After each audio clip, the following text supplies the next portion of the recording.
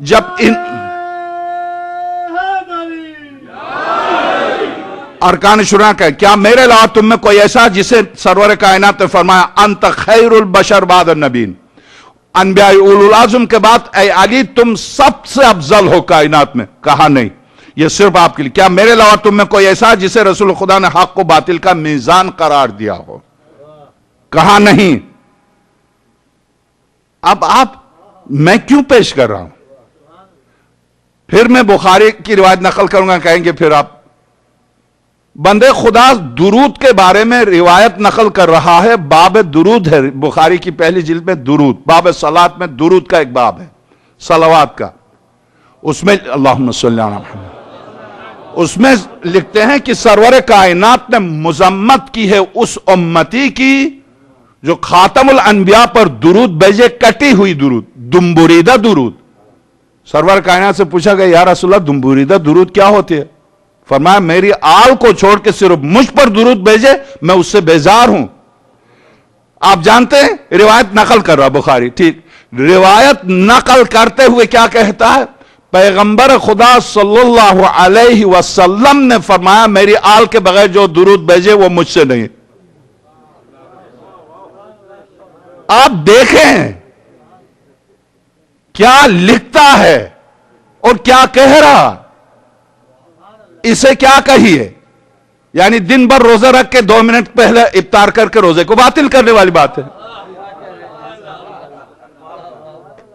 یہی یعنی عمل کرے بھی، جب اجرت کا وقت آئے تو کہتے ہیں کہ جب تنخواہ دینے کا وقت آئے تو بیچارے کہیں اور چلے گئے، تنخواہ نہیں ملی۔ کوئی صاحب تھے جو آئین اس وقت جو آئے اسی کو تنخواہ دیتے تھے۔ بہرحال کیا میرے علاوہ تم میں کوئی ایسا ہے جسے رسول خدا نے حق و باطل کا میزان قرار دیا؟ ارکان شورا کا نہیں، کیا میرے علاوہ تم میں کوئی ایسا ہے جسے رسول خدا نے چادر تطہیر میں داخل کیا؟ اور ارکان شورا کا نہیں، کیا میرے علاوہ تم میں کوئی ایسا ہے جو غار حرا میں رسالت مآب کے لیے کھانا لے جایا کرتا تھا؟ ارکان کا نہیں، کیا تم میں میرے علاوہ کوئی ایسا ہے جس کے متعلق پیغمبر نے فرمایا انت اخی و وزیری و صاحبی من اہلی، اے علی تم میرے وزیر ہو، میرے بھائی، میرے صاحب، میرے وصی اور میرے جانشین ہو۔ ارکان شورا کہتے نہیں کوئی ایسی بات نہیں ہے، نہیں کہتے ہاں بس آپ ہیں، بے شک یہ کہا۔ اب کیا تم میں میرے علاوہ کوئی ایسا جس کے متعلق پیغمبر نے فرمایا انت اقدمہم سلما و افضلہم علما و اکثرہم حلما، کہتے ہاں یہ ساری صفات آپ کے لیے۔ کیا تم میں میرے علاوہ کسی نے مرحب یہودی کو قتل کیا؟ کہتے نہیں۔ اب کیا تم میں میرے علاوہ کسی نے مرحب یہودی کو قتل کیا؟ میرے علاوہ تم میں کوئی ہے جس نے خیبر کے ایسے وزنی دروازے کو جسے 40 انسان مل کر صرف حرکت دیتے تھے اکھاڑا؟ کہتے نہیں۔ مجھے آخر میں نتیجے نکال کے آپ کی خدمت میں پیش کرنا، کیا میرے علاوہ کسی کے سب و شتم کو رسول خدا نے اپنی ذات پر سب و شتم قرار دیا ہے؟ کہا نہیں۔ جانتے سب و شتم کسے کہتے ہیں؟ برا بلا کہنا۔ سوال امیر المومنین کا کیا ہے ان سے، شورا سے، میرے علاوہ تم میں سے کسی کے بارے میں پیغمبر خدا نے یہ فرمایا کہ جس نے ان پر سب و شتم برا بلا کہا اس نے مجھے کہا، جس نے مجھے کہا اس نے خدا کو برا کہا؟ کہا نہیں۔ تو اس کے معنی سب اقرار کر رہے ہیں کہ ان کو برا کہنے میں کوئی حرج نہیں ہے، وہ اعتراف کر رہے ہیں، وہ کہہ رہے نہیں سوائے علی کے کسی کے لیے نہیں فرمایا۔ آگے چلیے، کیا میرے علاوہ تم میں کوئی ایسا ہے جس کی منزل جنت کے متعلق رسول خدا نے کہا کہ تمہاری منزل میری منزل سے ملی ہوئی ہے؟ کہا نہیں۔ کیا میرے علاوہ تم میں کوئی ایسا ہے جس کے متعلق رسول کریم کا فرمان ہو کہ تو بروز قیامت عرش کی دائیں جانب ہوگا اور اللہ تجھے 2 خاص شہنشاہی کپڑے پہنائے گا، ایک سبز ہوگا اور دوسرا گلابی؟ کیوں نہ ہو؟ 40 رمضان سن 40 ہجری ہے، رمضان مبارک ہے، جسم اقدس پر 17 مقامات پر پیون لگا ہوا کرتا ہے، کیوں نہ ہو؟ مسجد کے دروازے پر ہے، الہی و سیدی قد اتاک بباک بک مسافر، کیسے خدا نہیں پہنائے گا دو لباس؟ کیا لیا؟ کوفے میں داخل ہوئے تو فرمایا جو لباس پہن کر آیا ہوں، جس سواری پر سوار ہو کر آیا ہوں، واپس کوفے سے نکلتے وقت علی کے لباس یا علی کی سواری میں تبدیلی آ جائے تو سمجھ لینا میں نے تم سے خیانت کی ہے۔ کون ہے؟ کون ہے؟ کون ہے جو علی کی سیرت پر عمل کر سکے؟ آگے کیا میرے علاوہ تم میں کوئی ایسا جس نے تمام لوگوں سے 7 برس قبل نماز پڑھی ہو؟ ارکان شورا نے کہا نہیں۔ کیا میرے علاوہ تم میں کوئی ایسا ہے جس کی محبت کو رسول خدا نے اپنی محبت اور جس کی عداوت کو اپنی عداوت قرار دیا؟ کہا نہیں۔ کیا میرے علاوہ تم میں کوئی ایسا ہے جس کی ولایت کی تبلیغ اللہ نے اپنے رسول پر فرض کی ہو؟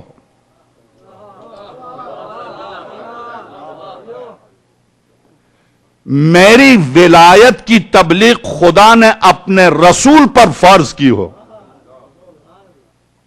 ہے کوئی؟ کہا نہیں۔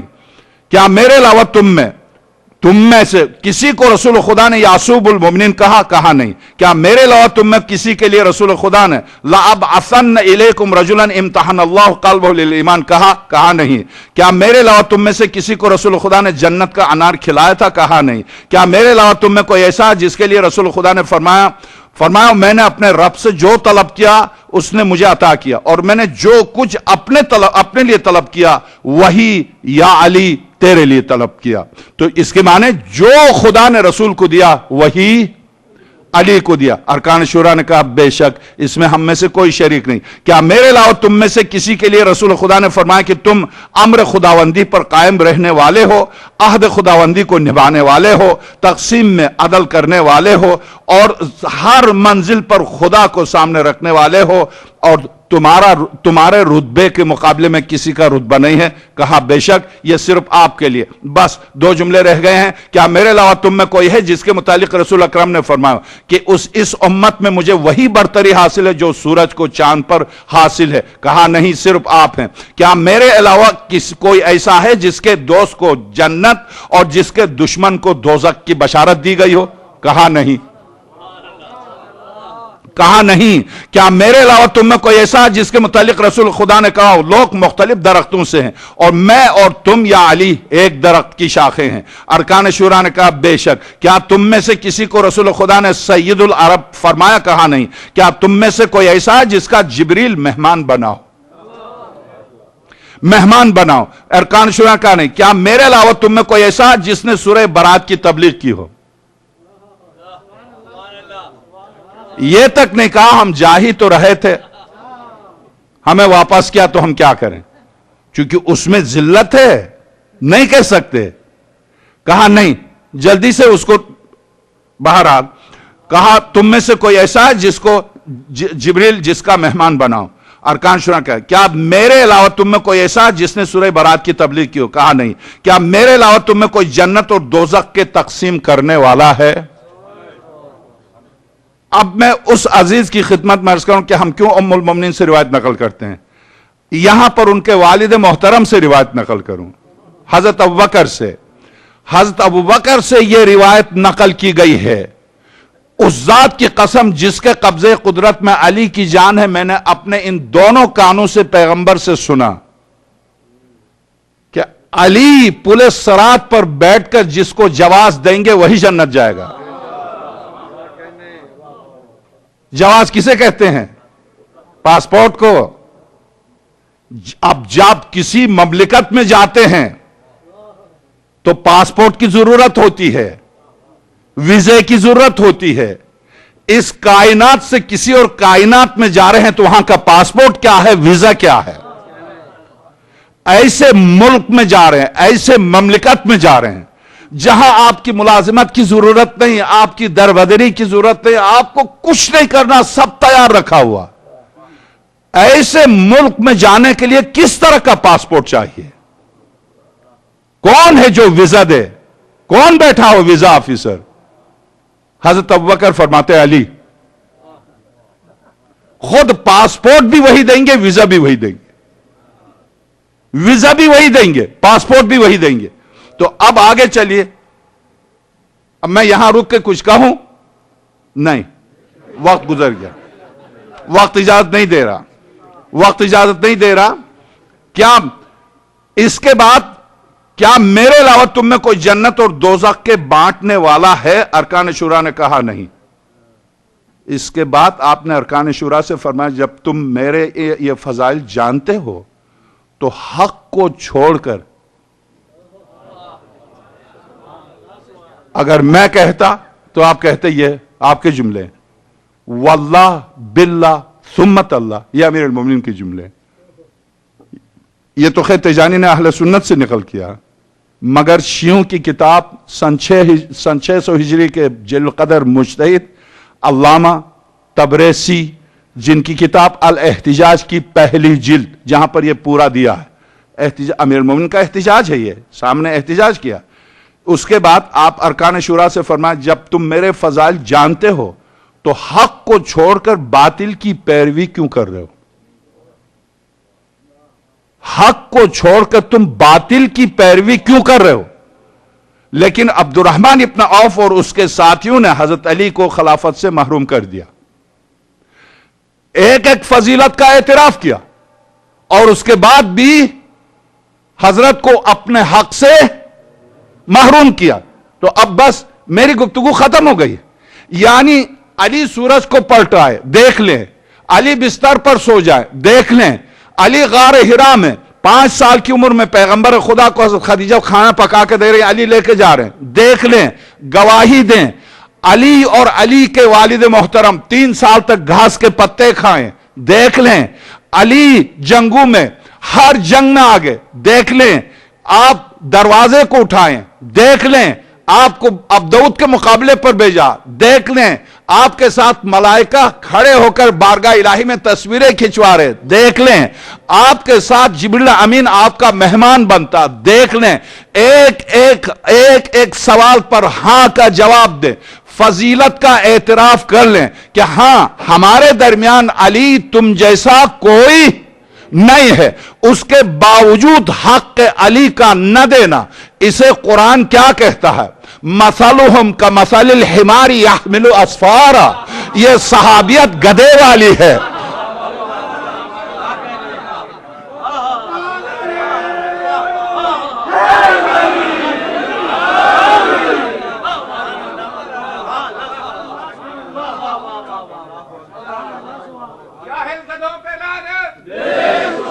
وہ بیچارے گدھے پر آپ نے لعنت بھیجی، اس نے انبیاء کی خدمت کی ہے. اب کیا کرے، وہ اس طرح سے ہے، مثال بن چکا ہے، مثال بن چکا. وہ بیچارے گھسیٹا جا رہا.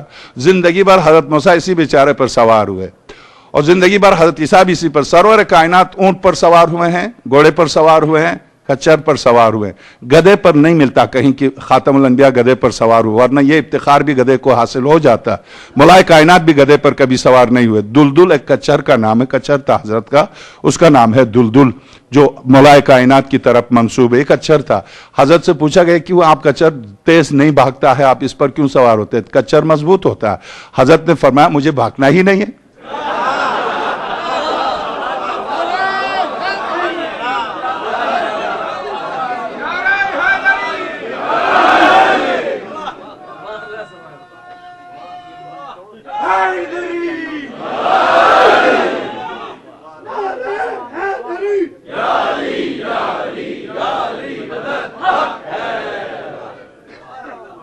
بس میں تو خیر واقعاً اس ایک سوال پر قرآن کی بخدا قرآن کی 3 4 10 آیتیں، 3 معذرت کے ساتھ کم سے کم 5 آیتیں آ رہی ہیں. مگر میں چونکہ اس کے بعد میں نے وعدہ کیا آپ سے کہ دوسری مجلس میں جائیں، تیسری مجلس میں، جہاں آپ جس امام بارگاہ کی رونق بن سکتے ہیں، یہی دن ہے، یہی دن ہے.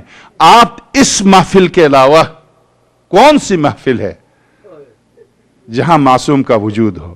ویسے تو معصوم کا وجود ہر جگہ ہے، امام زمانہ روح الفدا کا، مگر اس مجلس میں آنے کی کیفیت ہی مختلف ہے، یہاں آنے کی کیفیت ہی مختلف ہے.